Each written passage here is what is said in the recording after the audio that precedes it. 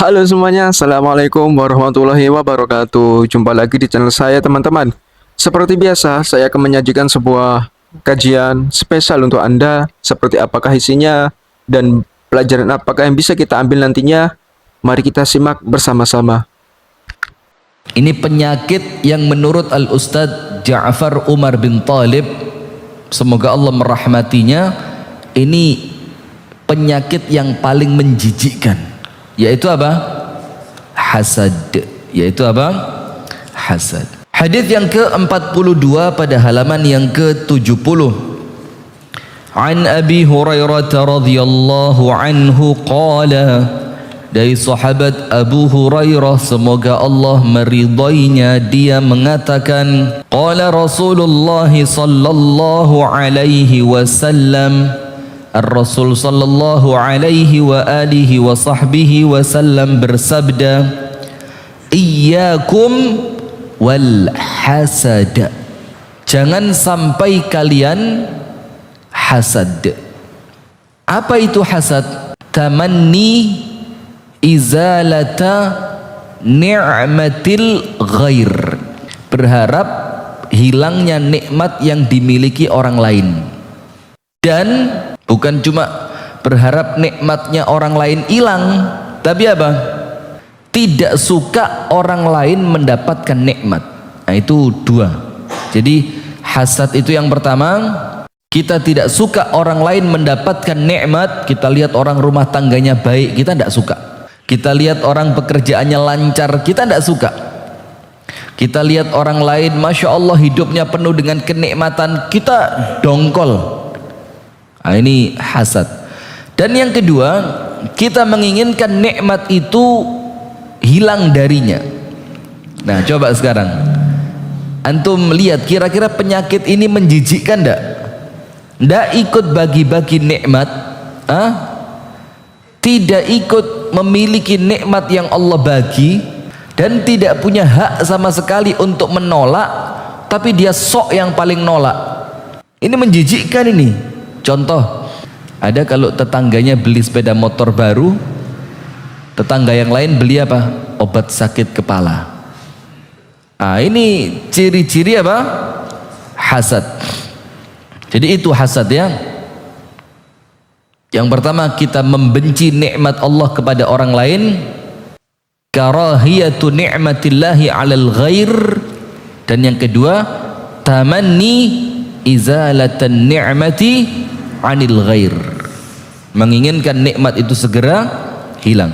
Dan ini oleh An-Nabi sallallahu alaihi wasallam kita dilarang. Dilarang. Karena apa? Ini katanya para ulama penyakit yang paling susah untuk hilang dari hati ketika dia sudah masuk ke dalam hati. Ini penyakit yang paling susah. Jadi dia tidak sibuk dengan nikmat yang dia punya, tapi dia sibuk dengan nikmat yang dimiliki orang lain. Ya sudah, coba dia minta sama Allah supaya qanaah. Coba dia minta sama Allah supaya diberi nikmat yang sama. Coba dia minta sama Allah supaya diberikan kemampuan untuk merasa cukup dengan apa yang dia punya, aman hatinya. Tapi ternyata dia lebih sibuk dengan nikmat yang dimiliki orang lain, dan dia melupakan nikmat yang dia punya. Dan para ulama mengatakan hasad itu terjadi di antara orang yang sederajat. Di antara siapa? Orang yang sederajat. Gak mungkin supir hasad sama presiden. Maka yang hasad dengan presiden siapa? Ya boleh jadi ketua-ketua partai, boleh jadi ketua DPR, bahkan boleh jadi beberapa menteri yang dia punya. Karena apa? Ini derajat yang dia miliki memungkinkan dia untuk menggesernya. Sampai sini paham? Nah, maka itulah sebagian di antara para ulama mengatakan jangan terlalu banyak menyibukkan diri dengan orang-orang yang kamu potensi hasad kepadanya. Lebih bagus kamu sibukkan diri dengan orang-orang yang menjadikan kamu dua.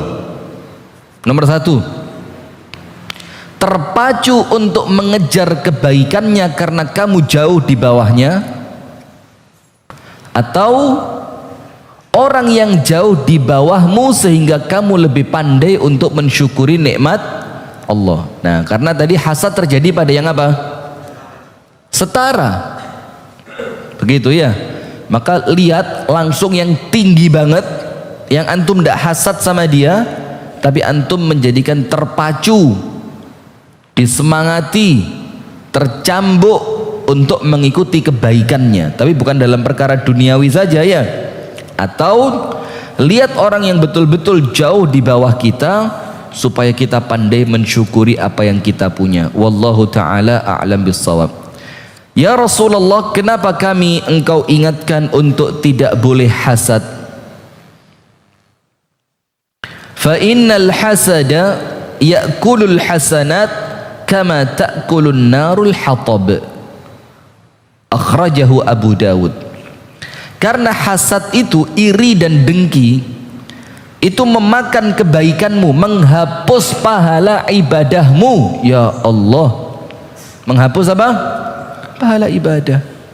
Sebagaimana api akan memakan habis kayu bakar, sebagaimana api akan memakan habis kayu bakar. Maka doa hadirin, Allahumma tahhir qalbi minan nifaq wa tahhir qalbi minal hasad. Minta sama Allah, ya Allah, sucikan hatiku dari penyakit nifaq. Ya Allah, sucikan hatiku dari penyakit hasad.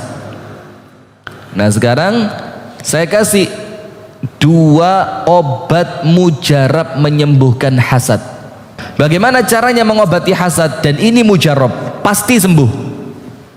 Tentu dengan izin dari Allah Subhanahu wa ta'ala, karena tidak ada yang berhak mensucikan hati kita kecuali Allah.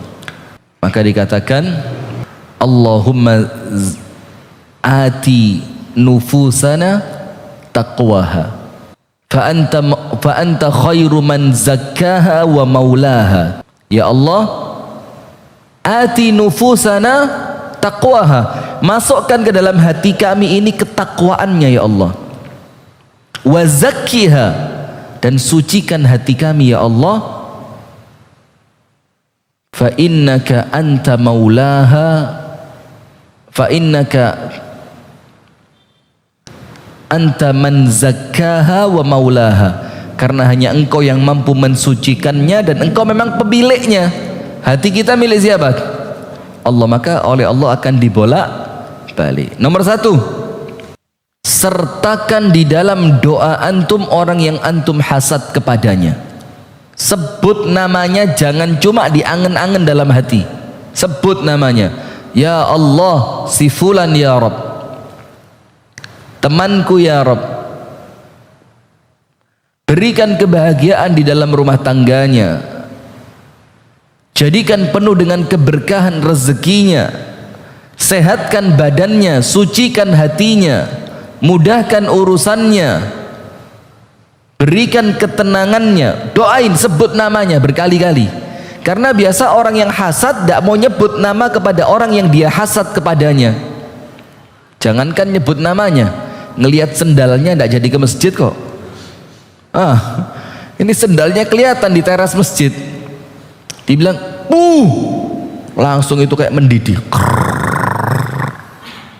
Dia lebih mendingan milih masjid yang lain. Atau orang yang hasad gitu, ternyata yang dihasati itu punya sepeda motor yang mungkin sepeda motor lama yang suaranya khas. Itu ketika dia sedang makan buka puasa di rumahnya, enak kan, bahagia, nikmat kan. Ketika dia makan gini, ternyata ada suara sepeda motor musuhnya. Itu makanan enak, rasanya jadi kayak pahit itu. Antum bayangin begitu tersiksanya orang yang hasad. Sendal musuhnya bikin dia sakit hati, sendalnya. Suara motornya bikin dia sakit hati, suara motornya. Nah, maka yang pertama bagaimana caranya? Sebut namanya, di dalam setiap doa yang antum meminta kepada Allah. Doakan apa? Kebaikan. Jangan didoakan cepat mati. Ya Allah, daripada aku dosa terus ya Allah, daripada aku hasad terus ya Allah, kamu pilih salah satu lah ya Allah, dia yang mati atau saya yang hidup ya Allah. Ini bukan milih salah satu, podo pilihan ini ya. Jadi begitu, daripada saya dosa terus ya Allah, daripada saya semakin tersiksa. Jangan begitu doanya. Doanya apa? Muliakan dia. Atau kalau antum perlu, minta kepada Allah untuk Allah memberikan kepada antum seperti yang dia diberikan oleh Allah. Boleh enggak begitu? Boleh. Misalkan dia punya rumah tangga yang baik, dia punya menantu-menantu yang baik, dia punya anak cucu yang baik.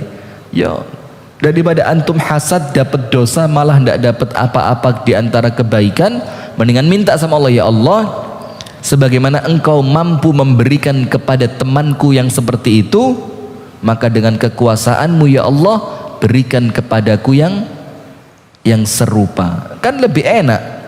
Orang lain dapat nikmat, antum dapat pahala. Pahala berdoa, pahala husnudzon kepada Allah, pahala untuk senantiasa sabar atas kekurangan yang kita punya dan kelebihan yang orang lain beri dari Allah. Enak. Yang kedua, apa cara yang kedua? Ini sempat saya sampaikan, ini manjur betul, manjur betul. Antum datang ke rumahnya, atau kalau masih gengsi datang ke rumahnya, kirim lewat pengiriman online. Bikin parcel yang cantik banget, bikin parcel yang cantik. Dalamnya ada buah. Kalau dia laki-laki mungkin dikasih kain sarung, kalau dia perempuan mungkin dikasih mukena. Pokok kasih hadiah-hadiah yang antum ngasihnya itu sungguh-sungguh biar dia seneng gitu loh. Kirimi hadiah, bungkus yang rapi, dikasih kalau perlu kertas kadonya itu gambarnya labet tadi ya, atau gambar love gitu, gambar hati. Terus tulis. Dan antum tahu enggak, tulisan tangan itu jauh lebih berefek dibanding tulisan lewat HP atau medsos. Atau antum ketik tik tik tik tik tik tik tik tik tik, kemudian di print, kemudian ditempel. Lebih dalam tulisan tangan. Tulis pakai tulisan Ustadz jelek, yo yang jelek itu yang tambah mantep itu. Artinya wes tulisannya elek sik gelem nulis. Kan? Itu menunjukkan antum semakin tulus. Tulis Bismillahirrahmanirrahim. Untuk saudaraku yang semoga Allah melanggengkan nikmat yang Allah berikan kepadamu, dari saudaramu Fulan bin Fulan yang mengharapkan ampunan dari Tuhannya. Tulis bawahnya, aku melihat Allah terlalu baik kepadamu dengan memberikan nikmat-nikmat yang banyak.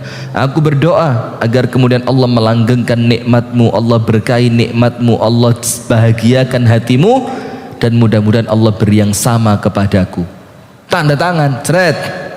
Saudaramu yang mencintaimu karena Allah, Fulan bin Fulan. Wah, itu kalau antum berani ngirim tanpa jasa pengiriman, itu barangnya belum nyampe, baru bungkus itu sambil nangis itu.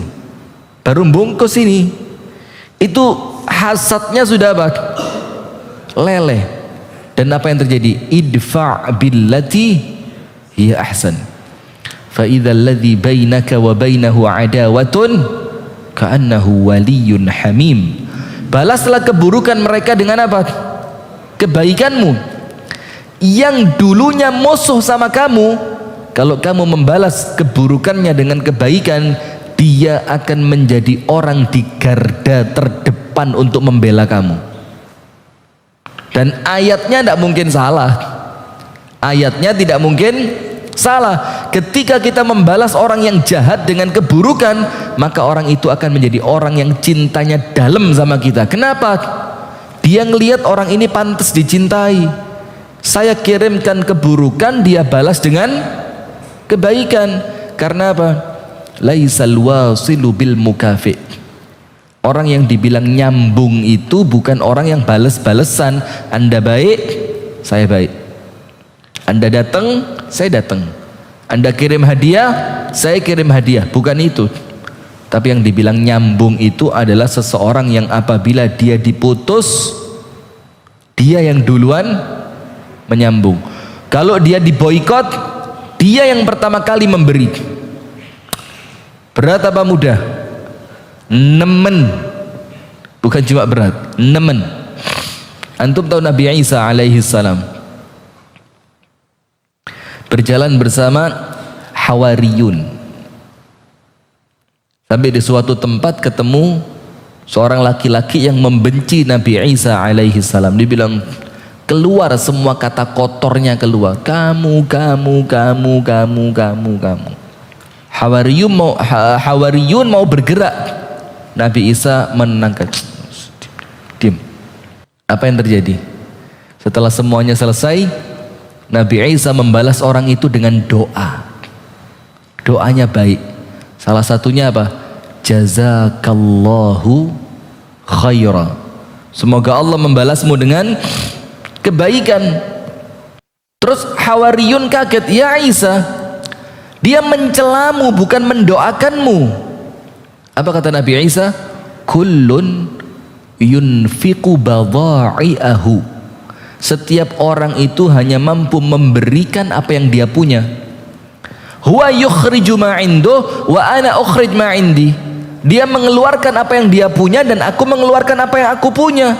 Karena yang aku punya kebaikan, maka setelah aku cari-cari tidak ketemu nyari keburukan di sini, maka otomatis keluarnya apa? Kebaikan. Dan dia ngomong buruk seperti itu cerminan siapa dirinya dan bagaimana hatinya. Jadi kalau sama orang itu jangan ngotot, karena itu semakin menampakkan siapa antum sebenarnya. Sudah ya, itu dua cara untuk menghilangkan hasad. Nah, seperti itulah teman-teman isi ceramahnya dari Ustaz Rifki kali ini. Ternyata isinya mengenai hati teman-teman. Bagaimana kita harus menata hati kita ketika kita melihat kenikmatan yang Allah berikan kepada orang-orang di sekeliling kita. Semoga hati kita tetap terjaga teman-teman, dan tetap berprasangka baik, tidak mudah iri dan dengki kepada kenikmatan-kenikmatan yang Allah berikan kepada orang lain. Terima kasih atas perhatiannya. Sampai jumpa di lain waktu. Akhir kata, wassalamualaikum warahmatullahi wabarakatuh.